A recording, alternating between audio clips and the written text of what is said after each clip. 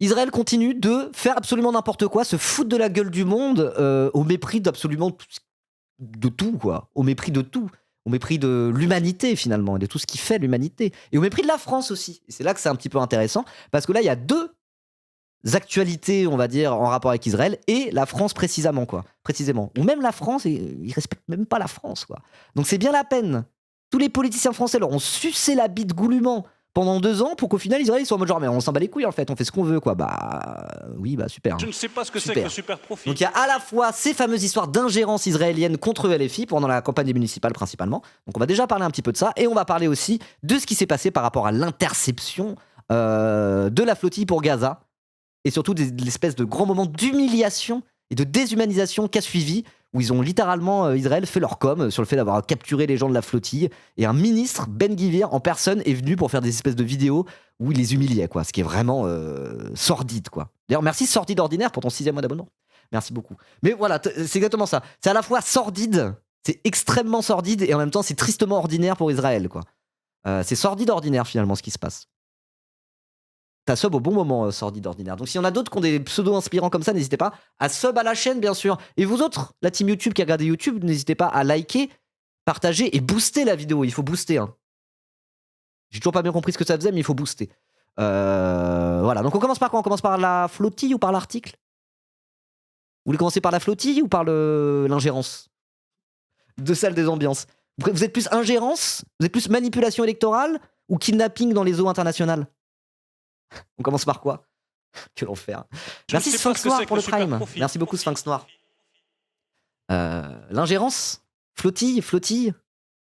Je ne sais pas ce que c'est que le super profit. Ingérence? Ouais, on va commencer par l'ingérence, on commence par l'article. Et après, ce sont les deux, c'est des articles. Vas-y, on va commencer par l'ingérence envers la France insoumise. Et dans un second temps, mais on va faire tout ça dans une même séquence en réalité, on passera sur la flottille avec ces fameuses vidéos absolument infectes, quoi. Voilà. Merci Snow7. Snow7, merci beaucoup pour ton 2e mois. Let's go. Je ne sais pas ce que c'est que le super profit. Une mauvaise nouvelle à vous annoncer. Exactement. Alors, j'ai une mauvaise et une mauvaise nouvelle à vous annoncer. Vous préférez laquelle en première? La mauvaise ou la mauvaise? C'est exactement ça. Merci Tricadev pour le Prime. Merci beaucoup pour ton 3e mois d'abonnement. Et figurez-vous qu'un train de la hype est en approche. Donc, si jamais le train de la hype part, teasing, on fera une petite coupure. Là, je ferai comme ça. On enlèvera de la VOD et on se fait un petit train de la hype avant. Comme ça, c'est fait. Mais comme vous voulez. Merci Tricadev. Du coup, je sais pas quoi faire là. On commence ou pas? Bon, là, on va commencer. On verra. Hop là. Donc, c'est parti pour l'article. On va lire l'article de Mediapart qui parle de tout ça. C'est pas les seuls à avoir fait dessus, mais l'article me paraît assez complet. Sachant qu'il y a eu des premiers articles qui sont sortis sur les ingérences israéliennes par rapport à la France insoumise ou les élections municipales, premièrement, où ça a déjà fait un petit peu parler. Et ensuite, il y a eu un 2e article qui est sorti hier, si je dis pas de bêtises, un article du Canard enchaîné pour dire l'État a été mis au courant, enfin le gouvernement a été mis au courant, et en vrai, le gouvernement botte en touche et on a un petit peu rien à foutre, évidemment, puisqu'ils ont beau avoir des discours sur l'ingérence étrangère, etc., etc. Deux choses. Déjà, quand ça concerne Israël, ils sont un peu moins regardants que quand ça concerne la Russie, par exemple. Et c'est normal, enfin, s'intéresser aux ingérences et aux manipulations russes en France, évidemment qu'il faut le faire. Parce que les Russes, là-dessus, ils sont très chauds. Hein. Mais il faut le faire aussi avec Israël. Allô, de la même manière que quand tu bannis la Russie des compétitions internationales par rapport à l'Ukraine, on aurait dû le faire aussi avec Israël. Vous voyez? Donc je dis pas ça pour être pro-russe, mais pour appuyer sur le 2 poids 2 mesures qu'il y a par rapport au pouvoir français entre la Russie d'un côté, où là-dessus, ils sont carrés en vrai. Par contre, ils sont pas du tout carrés sur Israël. Donc déjà, il y a ce premier point. Et le 2e point, évidemment, c'est que ça concerne la France insoumise. Donc ils sont un peu moins regardants aussi. Et effectivement, c'est un pléonasme. Une litote plutôt. Enfin, voilà.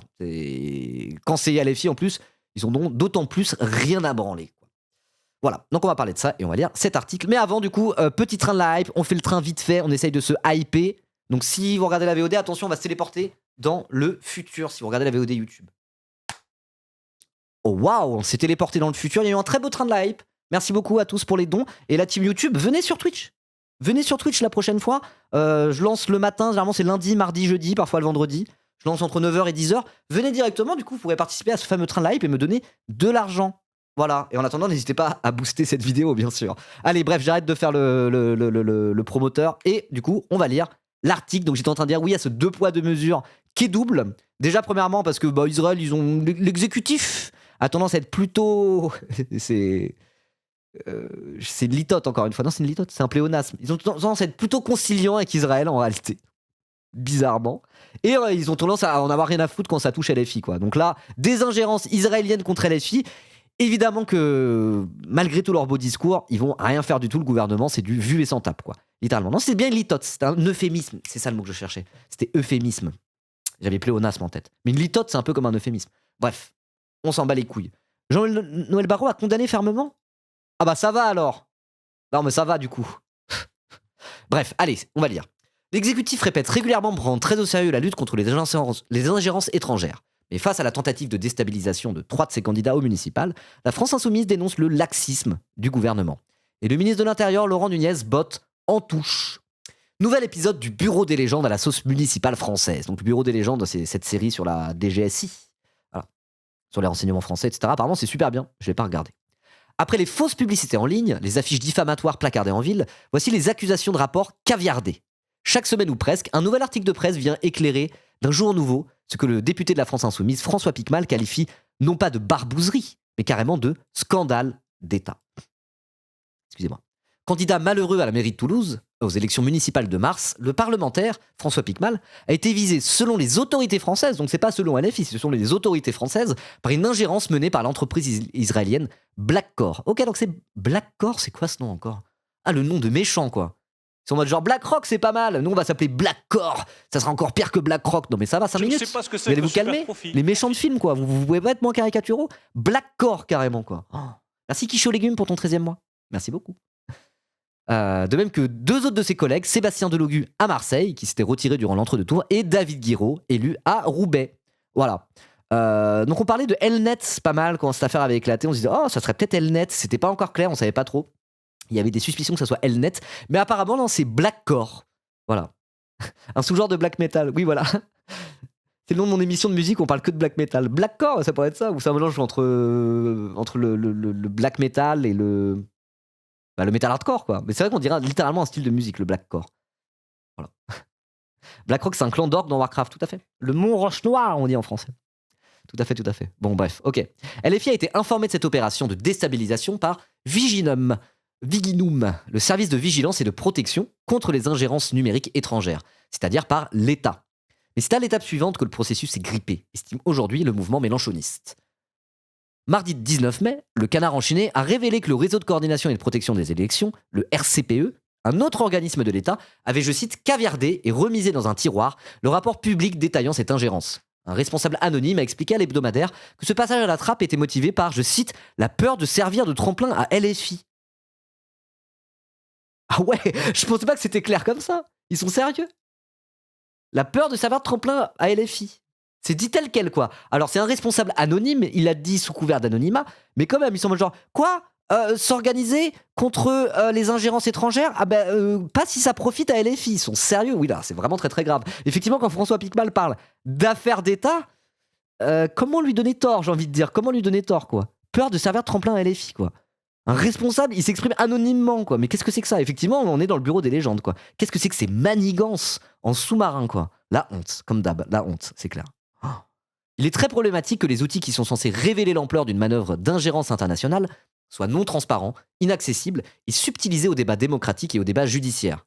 L'enjeu aujourd'hui, c'est celui de la révélation de ce rapport, a estimé mercredi 20 mai au matin Xavier Sauvignet, un des avocats des candidats insoumis. Ok, mais il a bien raison. L'enjeu est de taille, car les 3 hommes n'ont pour le moment qu'une idée vague de l'attaque dont ils ont été victimes. François Piquemal a bien vu les fausses affiches de campagne diffusées sous forme d'encarts publicitaires sur les sites Vinted, Candy Crush, ou sur celui de la Dépêche du Midi carrément. Ah ouais. Mais il ne sait pas combien de personnes les ont vues. La Dépêche du Midi revendique 22 millions d'impressions publicitaires par jour, selon monsieur Xavier Sauvignet, donc le fameux avocat des candidats insoumis sur cette affaire, quoi. Donc oui, on ne sait pas, parmi ces 22 millions d'impressions publicitaires, combien c'était cette espèce de fausse pub avec des fausses informations sur François Piquemal qui visait à lui faire perdre les municipales à Toulouse, mais ouais. Ah oui, pas monsieur. Tout à fait, Monseigneur Artis. Alors c'est Monseigneur qui nous dit, on dit maître, pas monsieur. Ah, le mec est très protocolaire, quoi. Il est en mode genre, il y a une étiquette à respecter. Moi, c'est Monseigneur, par exemple, on écrit ça MGR, ME, quand on parle d'un avocat, c'est maître. Oui, d'accord. Et pour Ruffin, on dit comment ? On dit Missier Ruffin. Il a raison après. Non mais oui, il a raison. Bref. Faut que j'arrête de faire cette blague. Je suis peut-être un peu trop blanc pour la faire. Bon, ça va. C'est par rapport à Miss Tintin, évidemment. C'est par antiracisme que je dis ça. C'est pas par racisme. Hein. Voilà. Bref. Donc le candidat malheureux, on parle de François Piquemal, affirme avoir aussi constaté que ses mots de passe sur les réseaux sociaux avaient été volés. Ah ouais. Il ne sait pas si ces messages privés ont été aspirés.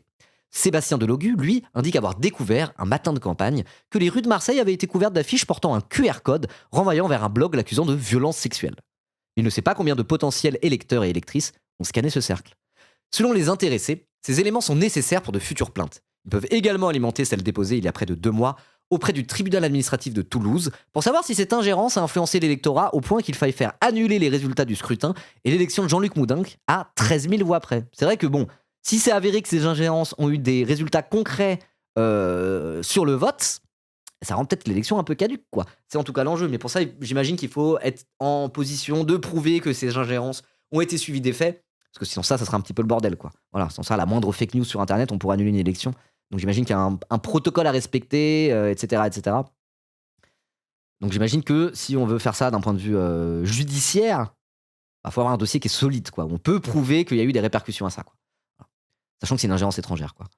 Traditionnellement, les juges administratifs répondent dans les 3 mois suivant une élection. Le temps presse donc pour révéler au grand jour tous les éléments disponibles, insiste François Piquemal et ses soutiens. Pour tenter d'en savoir plus, le député insoumis a interpellé mercredi 20 mai après-midi le ministre de l'Intérieur Laurent Nunez lors des questions au gouvernement à l'Assemblée nationale. Donc c'était hier. Citation. Que fait le gouvernement ? Le rapport sera-t-il rendu public ? Quand ? Quand allez-vous convoquer l'ambassadeur israélien pour demander des explications ? Allez-vous enfin déposer un projet de loi pour assurer notre souveraineté démocratique ? L'a-t-il interrogé. Nous ne cachons rien, évidemment que le rapport sera publié, a répondu misérablement, ça c'est moi qui le rajoute, le ministre Laurent Nunez, qui n'a pas une seule fois prononcé les mots Israël ou LFI. Bizarre, presque comme s'il était gêné, à la fois parce que quand il faut critiquer Israël, ça tremble des mains et ça se chie dessus, ça fait des petits proutes comme ça là, et aussi parce que, bon voilà, LFI, si c'est eux qui sont objectivement victimes d'une ingérence étrangère, dire du bien de LFI, il n'a pas trop envie, quoi. Faut même pas dire du bien, mais vous voyez, quoi. Prendre la défense, on va dire, de LFI, évidemment que Laurent Nunez, il veut pas, quoi. Le pétochard de merde, crypto-fasciste. Voilà, je le dis. Non, je le dis. Bref. Donc Laurent Nunez qui affirme que les ingérences numériques étrangères étaient un sujet extrêmement grave. Bah ça se voit. Ah bah ça se voit vu comment vous les avez traités. En revanche, Laurent Nunez n'a pas précisé quand ce fameux rapport sera rendu public et n'a fait aucun commentaire sur les révélations du canard enchaîné. Donc les révélations du canard enchaîné qui sont quand même que ce dossier, vu qu'il concernait Israël et les filles, a été littéralement caviardé par ceux qui étaient censés s'en saisir, quoi. Ce qui est quand même très grave, très très grave. Il reste beaucoup de flou, s'est agacé François Piquemal à la sortie de l'hémicycle. Ce qui me choque, c'est que notre gouvernement soit aussi laxiste par rapport à ce qui se passe. Cela devrait être une affaire d'État et une affaire de souveraineté pour notre pays. Parce qu'aujourd'hui, ça nous arrive à nous, mais demain, ça sera peut-être un autre parti, un autre mouvement politique, avec d'autres ingérences étrangères qui seront en jeu, a-t-il développé. Surtout que le gouvernement, à un moment donné, quand il parlait de la Russie, des élections en Géorgie, il y avait eu des ingérences russes sur TikTok et tout, et qu'il y a eu un effet, et d'ailleurs l'élection a été annulée si je dis pas de bêtises en Géorgie, parce qu'il y a eu des ingérences russes avérées, quoi. Donc là vraiment ils sont en mode oh là là, regardez comme ils sont contre la démocratie les Russes, et là-dessus ils ont raison, effectivement. Bah, dans ce cas-là, si vous prenez le sujet en sérieux quand on parle d'ingérence russe en Géorgie, prenez le sujet au sérieux quand on parle d'ingérence israélienne en France. Non, en plus vous êtes français, qu'est-ce que c'est que ça là ? C'était en Roumanie via TikTok, j'ai confondu. Mais en Géorgie, il y avait aussi, j'ai mélangé 2 trucs. Mais il y avait un sujet aussi d'ingérence russe en Géorgie, non ? C'est en Roumanie que l'élection avait été annulée, peut-être ? Ah, je me souviens plus. Je confonds tout. Excusez-moi. Je suis un peu à la ramasse parfois sur certains sujets à l'international. Ouais, en Géorgie, il y avait eu des ingérences, mais là, l'histoire de TikTok et tout, c'était plus en Roumanie. Ok, voilà. D'accord. Idem en Moldavie aussi. Ça roule. Bon, j'ai pas dit d'immenses conneries, mais j'ai un peu mélangé, quoi. Ok. Oui, voilà, dans tous ces pays-là, les pays qui sont généralement frontaliers ou pas loin d'être frontaliers à la Russie, il y a des trucs d'ingérence de fou, quoi. Ouais. Ok. Pour un autre de ses avocats, maître Lionel Crusoé, ces procédures lancées à Toulouse, Marseille et Paris sont surtout, je cite, un crash test pour vérifier l'efficacité des règles juridiques à sanctionner les ingérences. Ce contentieux est nouveau. C'est la première fois que le juge administratif aura à se prononcer pour examiner et vérifier des ingérences. C'est extrêmement important, dit-il. Particulièrement à 1 an d'une présidentielle dont les résultats seront scrutés à la loupe. Bah oui, parce que s'il y a ça pour les municipales, je pense que pour les présidentielles, ça va être un bordel. Surtout si Mélenchon est en position de se qualifier au second tour. Enfin bon, j'ai pas besoin de te réexpliquer, on parle des présidentielles tout le temps. De toute façon, on ne pense qu'à ça quand on parle de politique, parce que ça va être un moment probablement historique, probablement. Alors peut-être que ça va prouter un peu sur les bords et qu'au final, il y a une espèce de néo-Macron qui va arriver, tout rafler au centre et puis réussir à se faire réélire, et qu'il y aura ce côté, bon bah rien ne change. Peut-être qu'on va se faire avoir comme ça, je dis pas, mais il y a un potentiel pour que cette élection soit absolument historique, parce que voilà, peut-être que le RN peut arriver au pouvoir, ou peut-être même que Mélenchon peut arriver au second tour, et peut-être même gagner au second tour, face à un Bardella, voilà, où on va peut-être se faire Édouard Philippé. C'est pas impossible non plus. Mais bref, en tout cas, vraiment tous les yeux sont sur cette élection présidentielle, où il y a des enjeux absolument majeurs. Et là où en 2022, bon, l'enjeu c'était est-ce que Macron va réussir à se faire réélire comme prévu, entre guillemets. Oui, il n'y a pas eu non plus de grandes surprises, même s'il y a eu la belle campagne de Mélenchon, qui a fait la surprise en tout cas. Mais je veux dire, sur les résultats très concrets, Macron a réenquillé pour 5 ans. C'était ce qui était un petit peu le plus attendu. C'était quand même l'issue la plus plausible, on va dire. Il était quand même favori, Macron, en qualité de président sortant. Il s'est fait réélire. Bon, voilà. Je veux dire, en 2027, ça va être un bordel. Ça va être un bordel parce que il suffit de voir comment se hype pour l'élection un an avant. Hein. Vraiment, ça va être un moment probablement très important dans l'histoire de la Ve République, hein, et même encore plus dans l'histoire politique française moderne, on va dire. Donc, ouais, si rien que pour des municipales, alors je dis pas, c'est pas rien des municipales, mais déjà s'il y a des histoires d'ingérence israélienne qui concernent LFI, simplement pour des municipales comme ça, potentiellement, ça peut être un zbeul absolu pour les présidentielles. Et si l'État français, dès maintenant, ne se prépare pas à avoir, je sais pas, tout un tas de mécanismes et de choses pour essayer de contrer ces ingérences étrangères dans le cadre d'une élection présidentielle, ça peut être, voilà, quoi, ça peut être assez grave. Il peut y avoir des choses vraiment, des sales trucs qui se passent. Donc à voir comment les choses vont se goupiller. Est-ce que tout ça, on va dire, servira de jurisprudence, on va dire, avant d'éventuelles ingérences pendant les présidentielles? Peut-être. En tout cas, il faut continuer et en parler un maximum, parce qu'au moins, voilà, si jamais il y a ce genre de choses qui commencent peut-être à pointer le bout de leur nez pendant les présidentielles, si on peut déjà se référer aux ingérences qu'il y a eu pendant les municipales vis-à-vis de LFI, ingérences qui viennent directement d'Israël et ingérences qui n'ont pas été pris à la hauteur par le pouvoir en place, et ben ça nous permettra de s'appuyer sur quelque chose pour avoir un discours en cas d'éventuelles ingérences au présidentiel. Voilà, voilà. Je ne fais pas confiance à l'État pour lutter contre les ingérences à l'encontre des extrêmes, entre guillemets. Bah ouais, mais l'État pour... Après, il y a un truc un peu particulier. Parce que là, encore une fois, je disais, il y a ce 2 poids 2 mesures, parce que ça concerne Israël et LFI, donc ils sont un peu en mode genre, ah non, on n'avait pas trop vu, on s'en bat un peu les couilles. Mais le sujet plus largement des ingérences étrangères, je pense, et l'exemple de la Russie en est un bon exemple, que l'État prend quand même ça un peu au sérieux. Vous voyez? Donc justement, dire à l'État, enfin dire au gouvernement, etc., vous êtes censé prendre les ingérences au sérieux, et vous le faites quand même quand on parle de la Russie, faites-le tout court, faites-le mieux. Peut-être que ça pourrait forcer l'État de toute manière, à les prendre un peu plus au sérieux, y compris si c'est Israël et LFI, parce qu'à côté de ça, il y a d'autres types d'ingérences qui pourraient concerner d'autres partis qui, là, ils ont envie de prendre au sérieux, parce que ça les concerne plus. Voilà. Si c'est des ingérences russes contre Macron, au profit du Rassemblement national, je pense que le gouvernement le prendrait un petit peu au sérieux. Mais je veux dire, les méthodes pour lutter contre ces ingérences, que ça soit, on va dire, des ingérences russes au profit du Rassemblement national ou des ingérences israéliennes envers LFI, c'est avec les mêmes méthodes, a priori, qu'on contre ces deux types d'ingérences différentes. Donc vous voyez, peut-être qu'en luttant contre les ingérences qui les concernent, on va dire, la Macronie pourrait indirectement se retrouver à faire un arsenal législatif, des nouvelles règles, je sais pas trop, qui en fait, in fine, profiterait aussi à LFI en cas d'ingérence israélienne, typiquement. Vous voyez? Donc c'est pour ça. À voir comment tout ça va se goupiller. En tout cas, c'est un vrai sujet et je pense que ce sujet va prendre de l'ampleur avec les élections présidentielles qui arrivent, tout simplement. T'es optimiste? Non, j'ai dit peut-être, hein, j'ai dit peut-être. Peut-être. On verra. Après, ce qui peut très bien se passer, c'est qu'ils prennent au sérieux tout un tas d'ingérences, mais derrière, quand ça concerne les filles, ils s'en battent les couilles. Un peu comme là, ce qui est en train de se passer. Mais si après, il y a des mécanismes, la loi change, ou je sais pas, il y a des organismes qui sont mis en place, vous voyez, ça pourrait créer une situation un peu meilleure que celle actuelle, y compris indirectement, pour les filles, quoi. Vous voyez, je sais pas. On verra, quoi. En tout cas, ouais. Là, les filles parlent d'affaires d'État, et bah, quand tu vois ce qu'a dit le Canard enchaîné, où vraiment, le gouvernement a dit on s'en bat les couilles, parce que c'est LFI, et qu'on n'a pas envie de leur donner du gaz. Waouh, le niveau de propagande, enfin pas de propagande, mais le niveau de diabolisation, le niveau de...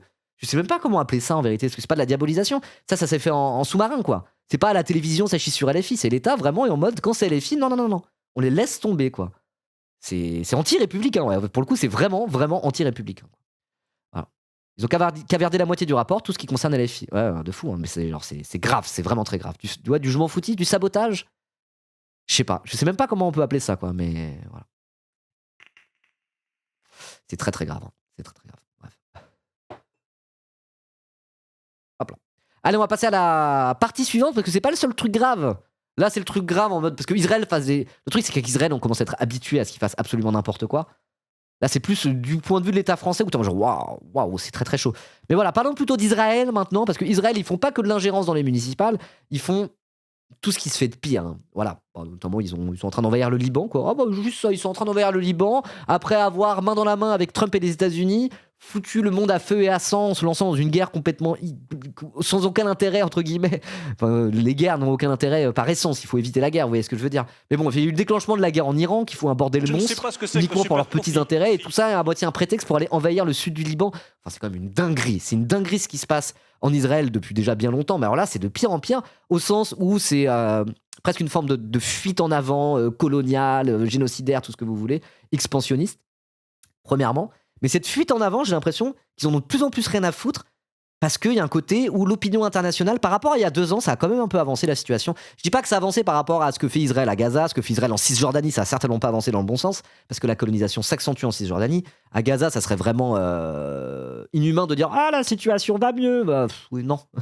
Non, la situation va pas mieux. Et là, en plus, il y a le Sud-Liban, quoi. Donc, je veux dire, sur ce qu'Israël fait d'un point de vue guerrier, on va dire, il n'y a aucune amélioration de la situation. C'est dramatique. Mais ceci étant dit, sur l'opinion internationale, les lignes, quand même, depuis le 7 octobre, petit à petit, sont quand même, j'ai l'impression, en train de bouger. Voilà. Et du coup, ce qui se passe, c'est qu'ils s'en foutent de l'opinion publique. Ils all-in. Exactement. Exactement. Et ça, c'est un truc qui a un petit peu changé. Et j'écoutais l'entretien de Michel Fer chez David Dufresne, chez Au Poste, l'autre jour, là, Michel Fer qui a sorti un bouquin sur les Juifs, Israël, l'antisémitisme. Non, même pas trop sur l'antisémitisme, sur les Juifs et Israël, qui s'appelle Redevenir Juif. Il a fait un entretien chez David Dufresne au Poste. Si le sujet vous intéresse, allez voir le replay, c'est trop trop bien. Moi, j'adore Michel Fer en plus, quoi. Et dedans, il parle un petit peu de ça. Il est en mode genre là, il y a un truc qui est en train de shifter au sens où avant, Israël tentait quand même d'avoir une opinion favorable dans la majeure partie de la situation et auprès des dirigeants, c'était totalement acté, quoi. Des dirigeants occidentaux. On parle de l'Occident quand on parle de ça. Et là, il y a un côté où Israël n'en ont plus rien à foutre. Ils savent qu'ils sont en train de perdre l'opinion favorable, relativement favorable qu'ils avaient à l'international. Et quand je dis à l'international, en vérité, c'est en Occident. Du coup, là, ils sont en mode, bah, on s'en bat les couilles. On va même pas faire semblant d'être la seule démocratie du Moyen-Orient, d'être là, on veut un truc à 2 États. Au fond, on est quand même pour la paix, mais le problème, c'est le Hamas, etc. Là, de plus en plus, et ça avait commencé avant le 7 octobre, ils en ont rien à foutre. Ils se cachent même plus. Le projet de Grand Israël et tout, ils s'en cachent de moins en moins. Et là, c'est encore de pire en pire par rapport à ça, au sens où ils ont perdu, où l'opinion internationale est en train de shifter. Je parle pas le soutien des gouvernements occidentaux. Je parle vraiment de l'opinion en Occident. Il y a vraiment un truc qui est en train de shifter, y compris d'ailleurs au sein des différentes communautés juives qu'il peut y avoir en Occident. Hein. L'exemple des États-Unis est très très parlant, où il y a 75%, je crois, des juifs américains aujourd'hui qui sont en mode mais nique Israël, quoi. Vous voyez. Donc il y a vraiment un truc qui est en train d'évoluer. On peut voir ça comme un signal qui peut-être va dans le bon sens, au sens où il y a une avancée dans l'opinion occidentale par rapport à Israël, où là maintenant tout le monde est d'accord pour dire mais fuck Israël tous les jours, quoi. Et c'est très bien. Ceci étant dit, du coup Israël ils sont en mode bon, ok, bon, du coup on n'a plus rien à foutre, on va même arrêter de faire semblant, quoi. Et c'est absolument horrible ce qui se passe du coup avec ça, quoi. Enfin, c'est dans la continuité de l'horreur qu'il y a depuis le 7 octobre et même avant de toute manière. Mais voilà, vous avez compris où je voulais en venir. Ils avancent de moins en moins masqués finalement, ils en ont plus rien à foutre. Ils font même plus la propagande qu'ils ont fait pendant des années et des années, quoi. Voilà. Pourquoi je parle de ça ? Parce que il y a une flottille, encore une flottille qui est partie pour Gaza, vous connaissez. Donc il y avait la flottille pour la liberté, ça s'appelait comme ça la première, avec Rima Hassan, etc. Après il y avait la Global Sumud Flotilla, il y avait aussi le Thousand Madlins for Gaza. On avait invité Esther, une représentante de ce mouvement-là, j'en ai parlé il y a pas longtemps. Et là il y avait une nouvelle flottille, je sais plus exactement c'était quoi son nom, mais c'est le même principe. Une flottille avec plein de bateaux qui voguent vers Gaza pour tenter d'aller, on va dire, comment dire, fragiliser le blocus, quoi. Alors après c'est un truc qui est un peu pas de l'ordre du symbolique, mais comment dire, c'est des opérations, voilà, le but c'est pas de casser le blocus comme ça, juste avec quelques bateaux qui arriveraient à Gaza, on sait très bien que ça ne fonctionnera pas comme ça, mais c'est de continuer à parler de ça et de pointer du doigt la situation à Gaza, et surtout comment se comporte Israël par rapport non seulement à Gaza, mais par rapport à ceux qui tentent de venir en aide à Gaza, quoi. Voilà, donc c'est ce genre d'opération, vous connaissez, et qu'est-ce qui s'est passé ? Ils ont été kidnappés dans les eaux internationales, hélas on commence à être habitués, mais là il y a eu toute une opération de communication politique de la part d'Israël, où ils ont totalement humilié tous ces militants qui étaient à bord, en faisant des choses absolument infectes, et notamment le ministre, je sais plus de quoi, mais le ministre de la Sécurité nationale, Itamar Ben-Gvir, qui est un des pires au gouvernement israélien. Lui, c'est vraiment... c'est l'extrême droite selon les critères israéliens. Donc c'est vraiment en mode l'extrême droite. Lui, c'est vraiment un suprémaciste qui est pour le projet de Grand Israël assumé. il est pour tuer tout le monde, tout coloniser. C'est vraiment, c'est ce qui se fait de pire en Israël, ce gars-là, Ben-Gvir. Et lui-même s'est mis en scène en train d'humilier des prisonniers, quoi. Tout ça, encore une fois, au mépris du droit international. Et il se trouve qu'en plus, il y avait des Français là-dessus et que ça a commencé à créer presque un début un peu d'incident diplomatique. Mais encore une fois, et ça rejoint le sujet d'avant sur les ingérences israéliennes pendant les municipales envers LFI. Encore une fois, c'est extrêmement timide de la part du Quai d'Orsay. Donc bon, on commence à être habitué, quoi. Là. Barreau va se plier en 4, non, il va dire « Oh, c'est pas bien, hein. Ah, c'est pas bien, hein, quand même. » Voilà. Et derrière, je sais pas ce que ça fera. Mais après, il faut essayer aussi peut-être de se placer dans le temps long, quoi. Et sur le temps long, de se dire quand même, est-ce qu'il n'y a pas un truc où le terme de fuite en avant, je le trouve assez pertinent pour Israël. C'est une fuite en avant au sens où c'est de pire en pire ce qu'ils font, ils en ont de plus en plus rien à branler. Mais il y a un moment donné, ils vont peut-être finir par se faire un peu lâcher aussi, parce que l'opinion est en train quand même de shift, quoi. Donc c'est une situation qui est atroce, quoi. Je pense que la France va pas faire grand-chose, mais peut-être que petit à petit, à force d'avoir des trucs comme ça, sur le temps long, peut-être que sur le temps long, à un moment donné, il y aura du mieux, je sais pas, mais en tout cas, s'il y a du mieux, ça sera forcément sur le temps long, quoi. Voilà. De toute manière, évidemment, sur le temps long, que le projet colonial sioniste, s'est mis en place, quoi, dans tous les cas. Voilà. Bref. Ça, c'est que je réfléchis un peu à ça en ce moment. Est-ce qu'il y a un moment donné où est-ce qu'on peut pas voir certains signaux comme encourageants malgré le fait que l'horreur continue à Gaza, en Cisjordanie et même maintenant au Liban, quoi. Je sais pas. À voir. Bref, en tout cas, on va lire l'article là-dessus et on va voir ces horribles images de Ben-Gvir et compagnie, quoi. Voilà. Des militants de la flottille pour Gaza filmés agenouillés par un ministre israélien. Inadmissible, dénonce la France. Voilà, donc la France dénonce encore une fois, mais juste dénoncer puis derrière rien foutre. Continuer à soutenir, continuer à tisser les mêmes liens commerciaux avec eux, etc., etc., etc. Bon, au bout d'un moment, ça...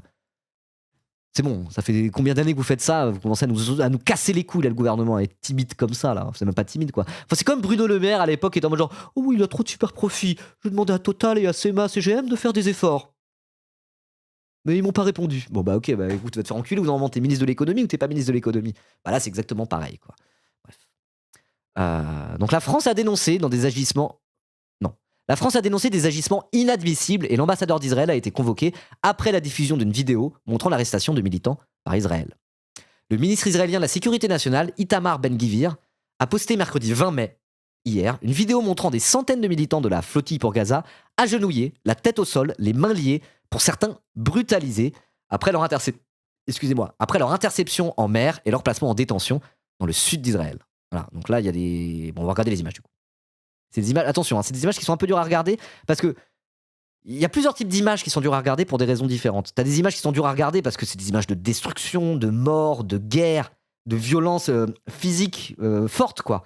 Mais là, c'est des images qui sont difficiles à regarder d'une autre manière parce que c'est des images d'humiliation. Vous voyez ?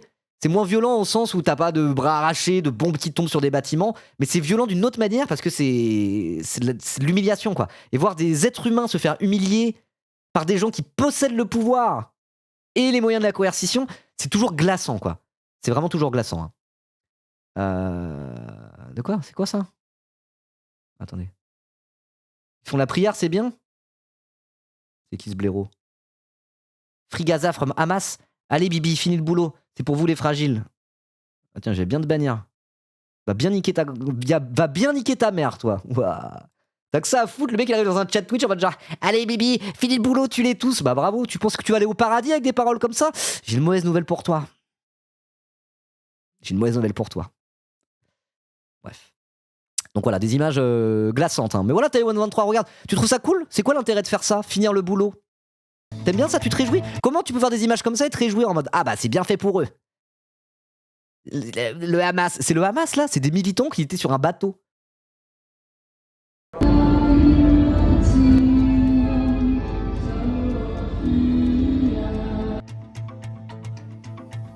Mauvaise nouvelle pour lui, il est du mauvais côté de l'histoire. Eh oui. Donc cette vidéo a été diffusée par Itamar Ben-Gvir directement. Donc là, vous voyez, c'est lui là. C'est lui, Itamar Ben-Gvir.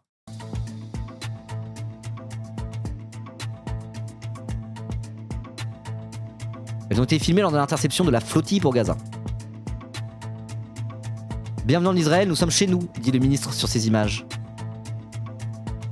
Cette vidéo a été dénoncée par Benjamin Netanyahou, Premier ministre israélien.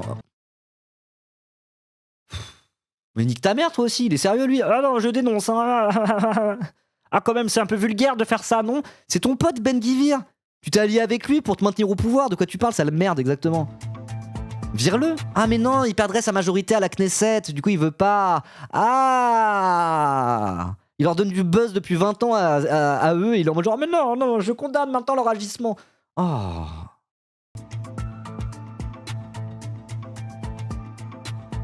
La France a condamné des agissements inadmissibles. Ah bah ça leur fait un point commun avec Netanyahou, tiens. Voilà. Netanyahou et Jean-Noël Barrot condamnent. Bah faites quelque chose, non? Oh. L'ambassadeur d'Israël a été convoqué par le Quai d'Orsay. Ok.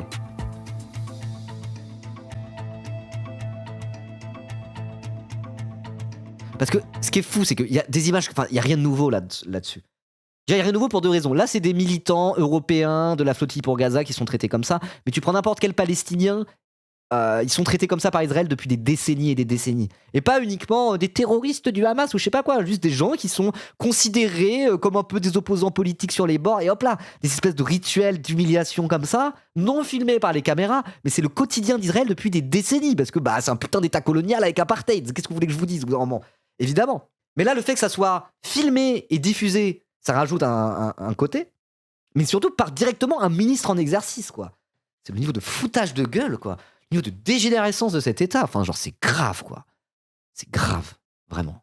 Bref, allez, on va lire l'article et surtout essayer de voir un petit peu qu'en dit la France, quoi. Qu'en dit la France? Donc, le ministre israélien de la Sécurité nationale, etc., on vient de le dire, donc on vient de voir les images, quoi. Bienvenue en Israël, nous sommes chez nous, dit le ministre sur ces images publiées sur sa chaîne Telegram directement, avec pour fond sonore l'hymne national israélien, qui montre des dizaines de militants recroquevillés les uns à côté des autres. Cette vidéo n'a pas manqué de faire réagir, en premier lieu au sein du gouvernement israélien lui-même. Le ministre des Affaires étrangères israélien, Gideon Sa'ar, qui a accusé son collègue d'avoir sciemment nui à l'image d'Israël en diffusant cette vidéo de lui, paradant au milieu des militants en détention. Mais c'est juste ça, le problème c'est que ça nuit à l'image d'Israël. Donc en fait, s'ils avaient humilié des militants comme ça, mais qu'ils n'avaient pas diffusé les images, ça irait. Le problème c'est nuire à l'image d'Israël. Ouais, super. Vous avez sciemment nui à notre État avec ce spectacle honteux. Et ce n'est pas la première fois, a écrit Monsieur Sarr sur X, anciennement Twitter, à l'intention de cette figure de l'extrême droite. Oui. Sans caméra, is ok, bah c'est un peu le sous-entendu. Hein. Aïe aïe aïe. Le Premier ministre Benjamin Netanyahou a également dit qu'il considérait cette vidéo non conforme avec les valeurs d'Israël. Ah bon, au contraire, je la trouve assez conforme avec les valeurs d'Israël et c'est justement ça le problème. Hein. Il a toutefois appelé dans un communiqué à expulser les militants dès que possible, arguant qu'Israël avait pleinement le droit d'empêcher de provocatrices flottilles, de partisans terroristes du Hamas, tout ça, des partisans terroristes carrément, d'entrer dans nos eaux territoriales et d'atteindre Gaza. Mais pourquoi alors? Selon quels critères on n'a pas le droit d'aller à Gaza? C'est bizarre ça quand même. C'est bizarre ça. Ils ont encore des valeurs? Alors après, en vrai, il y a quand même un semblant de gauche israélienne qui existe. Alors ils sont très peu représentés à la Knesset. La Knesset, c'est le Parlement israélien. Vous voyez, tu regardes là la composition du Parlement israélien, t'as 2-3 gars qui sont vraiment de gauche. Sinon, l'opposition à Netanyahou, c'est déjà du centre-droit, bien à droite. Et sur la question palestinienne, ils sont vraiment pas basés, quoi.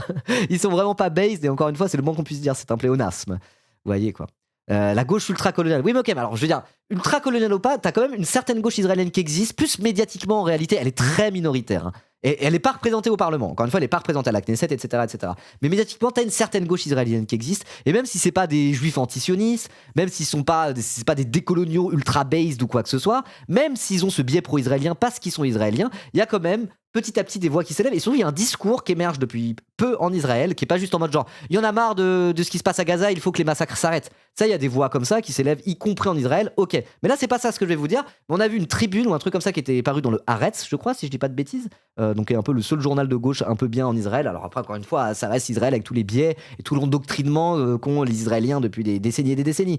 Mais je veux dire, là il y a un nouveau discours un petit peu, j'ai vu des gens en parler, des Israéliens, de dire, et encore une fois, c'est le point de vue israélien du coup, hein, c'est pas des antisionistes, ils disent pas ça d'un point de vue antisioniste, mais ils disent, de leur point de vue israélien, Netanyahou a tué Israël en fait. Il est en mode, Israël ne se relèvera pas de cette séquence, parce que Netanyahou a tué Israël, le monde entier nous déteste, et on ne remontera pas cette pente. Vous voyez, ça c'est un discours qui existe en Israël, là il y a eu une tribune qui avait été assez relayée, et dont on a pas mal parlé, pour dire ça, bah oui, ils ont raison pour le coup. Je veux dire, même du point de vue israélien, ils sont en mode Netanyahou a tué Israël, vous voyez. Et donc je veux dire que des Israéliens aient eux-mêmes cette analyse-là, sachant qu'ils ne sont pas antisionistes à proprement parler. Bon bah voilà, vous voyez ça montre que quand même, ça rejoint un peu ce que je disais. Il y a un truc où les choses sont en train d'évoluer petit à petit. Et effectivement, moi je me dis, là, vu l'opinion internationale en Occident, comment il a shift, y compris l'opinion aussi de pas mal de juifs occidentaux qui de base, quand même, se sentaient un peu liés de fait par Israël, parce que y a tout ce truc d'endoctrinement de toute manière. Il y a tout ce projet sioniste où les sionistes et Israël ont pour objectif d'amalgamer l'intégralité des juifs du monde entier au projet sioniste israélien. Vous voyez? Donc il y a ce côté-là. Y compris quand 75% des juifs américains disent j'ai rien à voir avec Israël, il y a une évolution. Il y a quand même une évolution. Et justement, voilà, cette espèce de tribune qui était sortie dans, je crois que c'était dans le Haaretz, mais je suis pas sûr. Je veux dire, même des voix en Israël sont en train d'aboutir à ce constat-là aussi, de dire Israël, finito en fait. Israël ne se relèvera jamais de la séquence qui a commencé le 7 octobre. En mode, c'est fini en fait. Netanyahou et tout ce qu'il représente, genre, voilà, Israël, c'est ça maintenant de fait. Le monde entier nous déteste, c'est finito quoi. Donc, moi, ça m'amène à penser que sur le temps long, je sais pas comment ça va se dérouler. C'est complexe, mais je sais pas. À voir. À voir comment toute cette séquence qui existe, qui est en cours en vérité depuis le 7 octobre 2023. Ouais, 2023. On va dire les répercussions que ça aura par rapport à Israël et au sionisme sur le temps long. Je sais pas. C'est difficile à dire, mais à voir quoi. À voir. Bref. J'en étais où Blablabla. Oui, non conforme avec les valeurs d'Israël. Expulser les militants dès que possible. Voilà. Les réactions à l'international se sont succédées dans la foulée. Paris a condamné des agissements inadmissibles. L'ambassadeur d'Israël a été convoqué. Plusieurs Français et Françaises se trouvent en effet parmi les personnes arrêtées. Même chose du côté du gouvernement italien qui a aussi jugé inadmissible le traitement réservé aux activistes de ce convoi humanitaire par les autorités israéliennes. Il est inadmissible que ces manifestants, parmi lesquels figurent de nombreux citoyens italiens, soient soumis à un traitement qui porte atteinte à la dignité humaine, ont déclaré la première ministre italienne Giorgia Meloni et son ministre des Affaires étrangères Antonio Tajani. Tajani? Comment on dit Tajani en italien? Tajani dans un communiqué commun. Rome exige en outre des excuses pour le traitement réservé à ces manifestants et pour le mépris total manifesté à l'égard des demandes explicites du gouvernement italien. Tajani. Et annonce la convocation de l'ambassadeur israélien à Rome. Ok. De son côté, l'Espagne a jugé le traitement des détenus monstrueux, indigne et inhumain, tandis que Dublin s'est dit concerné et choqué par la vidéo. Les autorités israéliennes ont entamé mercredi le transfert et le placement en détention à Ashdod, dans le sud d'Israël, de centaines de militants pro-palestiniens arrêtés à bord d'une flottille à destination de Gaza, selon une ONG. Les forces israéliennes avaient intercepté lundi 18 mai, au large de Chypre, des bateaux participant à cette nouvelle flottille pour Gaza, qui avait déjà fait grand bruit lors des précédents convois, en réunissant de nombreuses personnalités politiques et culturelles comme Greta Thunberg, Adèle Haenel ou plusieurs députés de la France Insoumise. D'ailleurs, il y avait déjà François Piquemal, dont on a parlé tout à l'heure, qui était candidat à Toulouse. Donc peut-être que tout ça est aussi un peu lié dans l'histoire des ingérences israéliennes finalement, quoi. Est-ce que c'est pas une forme de vengeance et une focalisation en particulier sur François Piquemal parce que en fait il était sur une flottille, quoi. Voilà. Dans la nuit de mardi à mercredi, le ministre israélien des Affaires étrangères indiquait que les 430 membres de la flottille avaient été transférés à bord de navires israéliens et faisaient route vers Israël.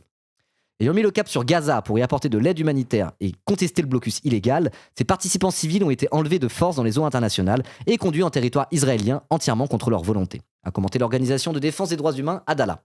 Une cinquantaine de navires avaient quitté la Turquie la semaine dernière avec pour objectif une nouvelle tentative de briser le blocus imposé par Israël à la bande de Gaza, ravagée par 2 ans de guerre. Et c'est moi qui mets les guillemets, parce que voilà, appeler ça une guerre. À partir d'un certain niveau d'asymétrie, on va dire, dans la force utilisée, est-ce que c'est vraiment une guerre, hein? Quand il y a eu 2000 morts côté israélien le premier jour et qu'après il y en a eu 100 000 pendant 2 ans de l'autre côté, c'est pas vraiment une guerre, hein. Bref. Par contre, c'est un génocide a priori. Ah là là là là là là. Alors après, on peut parler de guerre génocidaire aussi. Il y a plusieurs manières dont peuvent s'organiser une génocide. Si un génocide se fait par les moyens habituels de la guerre, par une armée régulière, qui le fait avec des méthodes de guerre en fait, mais de guerre d'anéantissement génocidaire, on peut utiliser le concept de guerre génocidaire. Moi, je trouve que ça décrit plutôt bien l'action de Tzahal à Gaza en vérité. Vous voyez. Mais dans tous les cas, tu peux pas enlever le mot génocide de là-dedans, quoi. Après, bon, tout ça, c'est des considérations sémantiques. On s'en bat un peu les couilles. De toute façon, on sait très bien ce qui se passe à Gaza. Voilà. Aïe, aïe, aïe, aïe, aïe, aïe. Épuration ethnique et génocide, il n'y a pas de guerre. Ouais, mais quand même, le truc, c'est que c'est l'armée régulière israélienne qui fait ça avec les citoyens israéliens qui sont conscrits, qui ont un service militaire obligatoire, quoi. Vous voyez, donc dans les méthodes utilisées, voilà. Après, on s'en bat les couilles. Enfin, moi, je trouve que guerre génocidaire, le terme, il peut être assez pertinent. Mais de dire, quel est le terme le plus pertinent pour décrire cet état de fait? On s'en bat les couilles, là, on est en Big 2026, on n'est plus à cette étape-là de débattre sur la sémantique. On s'en bat les couilles. On s'en bat les couilles. Parce que qu'est-ce qui se passe au Liban aussi? C'est une forme de guerre, en réalité. Une fois, c'est l'armée israélienne qui fait la conquête territoriale en bombardant des civils. Il y a plein de guerres qui se passent comme ça. On peut pas parler de génocide actuellement au Liban. Et pourtant, quand on regarde, on va dire les modalités de ce qui se passe au Liban, du point de vue israélien, des méthodes utilisées par Israël, et de ce qui se passe à Gaza, c'est la même armée, et c'est les mêmes soldats, avec des méthodes parfois assez proches, quoi. Vous voyez?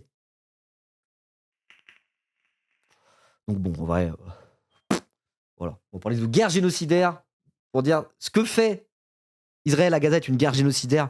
En vérité, moi, je trouve que le concept est plutôt pertinent. Je veux dire, qu'est-ce qu'on s'en bat les couilles d'avoir le mot absolument exact? Encore une fois, on n'en est plus là. Voilà. Bref, en tout cas, bon, est-ce qu'il y a besoin de commenter plus que ça tout ce qui se passe, quoi? Moi, j'ai un peu dit ce que j'avais à dire, au sens où il y a cette espèce de fuite en avant d'Israël qu'on n'a plus rien à branler parce que l'opinion, y compris occidentale, n'est plus du tout avec eux. Et du coup, où est-ce que va mener tout ça? Cette espèce de, pas de surenchère permanente, mais de fuite en avant permanente où c'est de pire en pire et de plus en plus débridé et surtout de moins en moins caché. Je sais pas. Prise de parole de l'ambassadeur? Ah mais oui, c'est lui, je reconnais sa tête. Attendez. Le ministre de l'extrême droite israélien. Attendez. Bon, je vais pas lire l'article parce qu'il n'y a pas grand chose de plus, mais alors quand même. Dans cet article-là qu'on vient de m'envoyer. Attendez. C'est où? Ah, c'est là. Donc, l'ambassadeur dénonce les actions de ses militants. Attends, il a dit autre chose avant? En bas. Ah! Ambassadeur.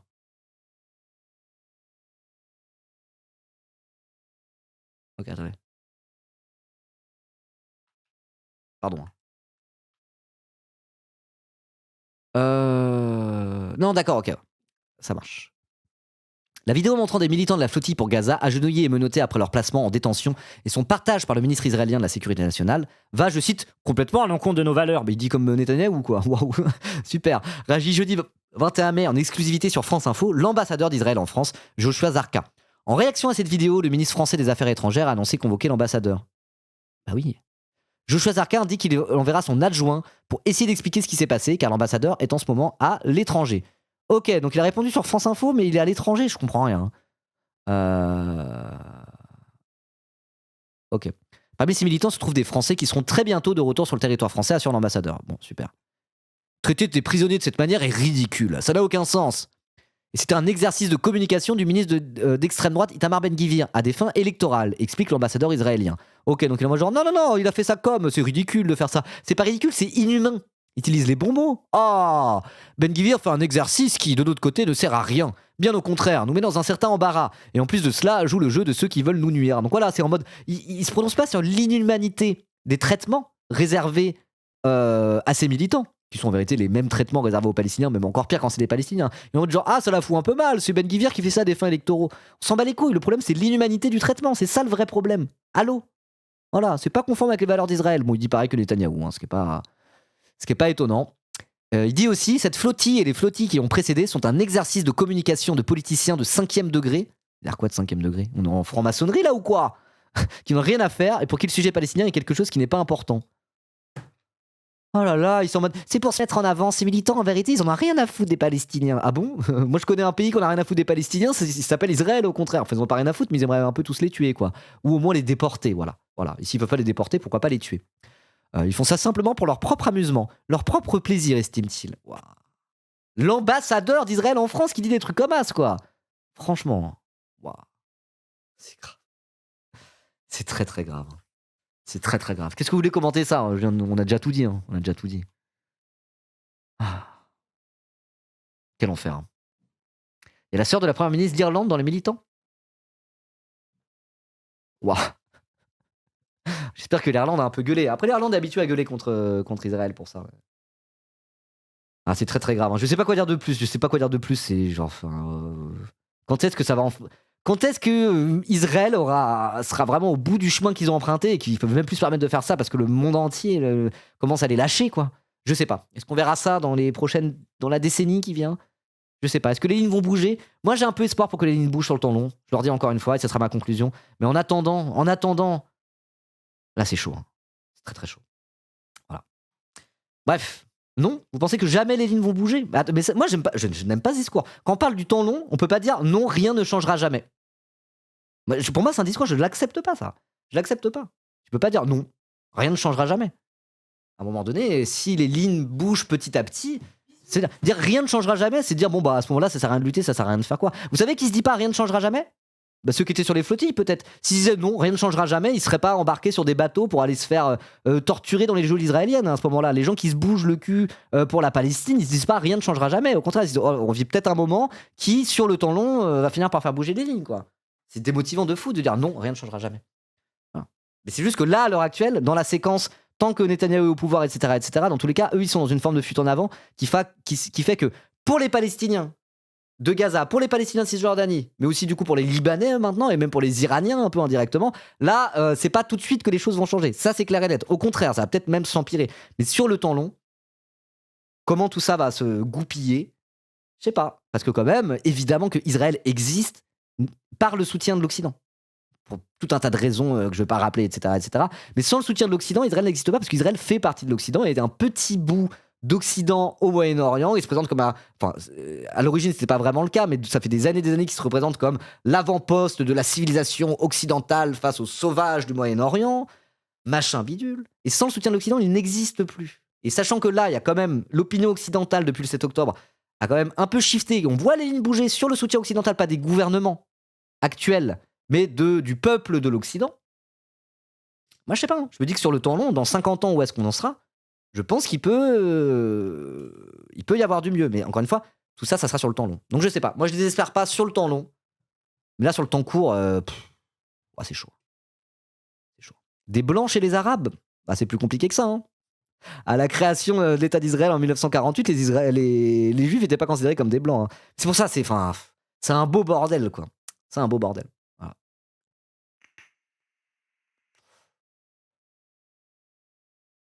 Vous avez raison, c'est encore jeune, garder espoir, bien sûr. Non, mais c'est que quand tu regardes depuis 1967, enfin déjà, depuis 1948 et la création de l'État d'Israël, il s'est passé tout un tas de choses. Hein. Il s'est passé tout un tas de choses. Et il y aura d'autres choses qui vont se passer. Donc à voir. Mais bon, pour moi, il faut pas perdre espoir, y compris sur la situation israélienne, parce que c'est pas un truc qui va se résoudre du jour au lendemain. Je veux dire, le bourbier que c'est de rapport entre l'Occident, Israël, et même entre les Juifs occidentaux en réalité, il y a aussi cette question-là qui fait que, pour moi, la situation palestinienne ne pourra pas franchement s'améliorer tant que le rapport des Juifs occidentaux à Israël n'aura pas aussi évolué, quoi. Et c'est pour ça que j'ai un peu espoir quand je regarde les États-Unis. Mais quand on regarde la France, effectivement, il y a un truc d'endoctrinement qui est encore hyper ancré. Mais même là-dessus, et moi, c'est un truc que j'essaye un petit peu d'observer, même là-dessus, les lignes sont en train de bouger. Je veux dire, auprès des Juifs français, l'opinion par rapport à Israël est en train de bouger. Et pour moi, ça, c'est quand même un signal fort. Pour moi, ça, c'est un signal fort. Donc je me dis, alors peut-être. Ça ne sera pas demain la veille que la Palestine sera décolonisée de la mer au Jourdain, évidemment. Mais pour moi, c'est quand même un signal, quoi. C'est un vrai signal, pour moi, qu'il faut regarder avec attention si on s'intéresse vraiment à ces questions-là, quoi. Mais voilà. C'est pour ça, moi, je vous conseille d'aller vraiment regarder l'entretien de Michel Fer chez David Dufresne. Voilà, c'est un entretien. Même lui, il dit, moi, en tant que juif, jusque-là, il y avait des trucs, j'étais pas au clair par rapport à ça, parce que c'est compliqué. C'est une situation compliquée. Et puis, lui, il est vieux, quoi. Vous voyez il est en mode, moi, j'ai évolué sur cette question-là et je suis loin d'être le seul. Ça veut pas dire que c'était un infâme sioniste dès le début, quoi. Mais vous voyez. Bref. Je vous le remets. Merci un bébé phoque. Cet entretien-là. Trop bien. Voilà. Bref. Hop là. Il faudra juger et condamner tous les citoyens français qui sont allés servir dans le sale. Bah ouais. Tu te bases sur quoi pour dire ça? Sur l'entretien de Michel Fer, notamment. Sur mes observations. Parce que sans études sociaux ou sondages, etc. Certes. Mais non, mais déjà, je me base sur les juifs américains. Parce que là, il y a eu des sondages et des études, justement, sur les juifs américains. Et les juifs américains, ils sont en train de se désioniser quelque part à vitesse grand V, quoi. Surtout chez les jeunes, quoi. Et il y a un truc où, là où en France, cette espèce de lien entre les juifs français et Israël, et ça, c'est la faute d'Israël et tout l'endoctrinement qu'ils ont fait. Vous voyez, c'est super compliqué. C'est pour ça qu'il y a plein de juifs français, même si en soi, c'est pas des gros fachos sur le papier. Ils sont quand même pas clairs par rapport à ça, parce que c'est complexe à gérer, t'as tout un tas d'affects, souvent t'as de la famille qui, eux, sont totalement matrixés, etc. C'est compliqué. Le sionisme est un projet antisémite, ça c'est justement la take entre guillemets de Michel Fer. Voilà quoi. Oui, il y a une attache de fou, il y a des affects, un endoctrinement, c'est complexe. C'est vraiment complexe. De toute façon, vous parlez avec n'importe quel jeune juif français, le sujet de la Palestine et d'Israël de manière générale, c'est sujet de discorde à table. Tu parles à n'importe quel jeune juif français de gauche, même si c'est pas un juif antisioniste à proprement parler, parce que parfois ils sont pas si politisés que ça, ou ils ont pas encore fait le pas de se dire ok, vas-y, je prends le taureau par les cornes, etc. Je veux dire, tu prends n'importe quel juif français vaguement de gauche, même pas très très politisé, t'as 99 chances sur 100 qui soit embrouillé avec ses darons à table depuis le 7 octobre plusieurs fois et qu'il y ait des sujets en vrai, c'est compliqué. Vous voyez ce que je veux dire? Donc c'est pour ça. Je sais pas. Et quand tu regardes aux États-Unis, surtout les jeunes générations de juifs américains, c'est de plus en plus répandu et ça évolue assez vite de se dire j'ai rien à voir avec Israël, ça dégage, et même qui se revendiquent justement antisionistes. Je veux dire, se revendiquer antisioniste quand t'es juif de manière générale, c'est pas comme se revendiquer antisioniste quand t'es pas juif, parce que ça demande un espèce d'effort contre soi-même et contre les tiens à cause de tout cet endoctrinement israélien qui existe depuis mais des décennies et des décennies, qui fait que voilà, vous voyez, c'est complexe. Il y a vraiment tout un tas d'affects à gérer et c'est pas évident. C'est pas évident. Ça demande de te positionner contre une bonne partie de ta famille, souvent, et de tes anciens, quoi. Oui, c'est un bourbier, quoi. Voilà. Et justement, quand j'avais été à la soirée de Tzedek dont je parlais tout à l'heure, où il y avait DJ Gilbert, j'en parlais en intro de live, eux, ils parlaient de ça. Ils étaient en mode, en vrai, quand t'es juif, je veux dire, revendiquer un antisionisme, c'est pas une mince affaire, quoi. T'es en mode, tu te mets une bonne partie de ta famille à dos, très souvent, quoi. Donc, c'est vraiment pas évident. Donc, c'est pour ça que, si, y compris chez les différentes communautés juives, et aux États-Unis on le voit un peu plus, mais après bon, la question s'apprend de manière un peu différente aux États-Unis. Si même au sein des communautés juives, le sujet est en train d'évoluer, pour moi c'est un signal. Voilà, c'est un bon signal. Voilà. Donc bon, à voir comment ça va se goupiller. En tout cas, voilà. Sur le temps court, pas beaucoup de choses à attendre. Sur le temps long, on verra. On verra. Ou alors sinon, c'est vraiment, on se dit que voilà, que tout ce qui s'est passé depuis le 7 octobre, tout ce grand moment et mouvement pro-palestinien en Occident n'aura servi à rien. Moi, je refuse de me dire ça. Je refuse de dire non, tout ça n'aura servi à rien. Voilà. Et de se dire non, rien ne changera jamais, c'est mort, parce que Macron, il fait que suicider Netanyahou. Moi, je refuse de me dire ça, parce que sur le temps long, de se dire, même sur le temps long, rien ne changera jamais. Ça veut dire, le temps long, c'est, je sais pas, sur quelques dizaines d'années, quoi. Sur quelques dizaines d'années. Dire rien ne changera jamais, c'est mort.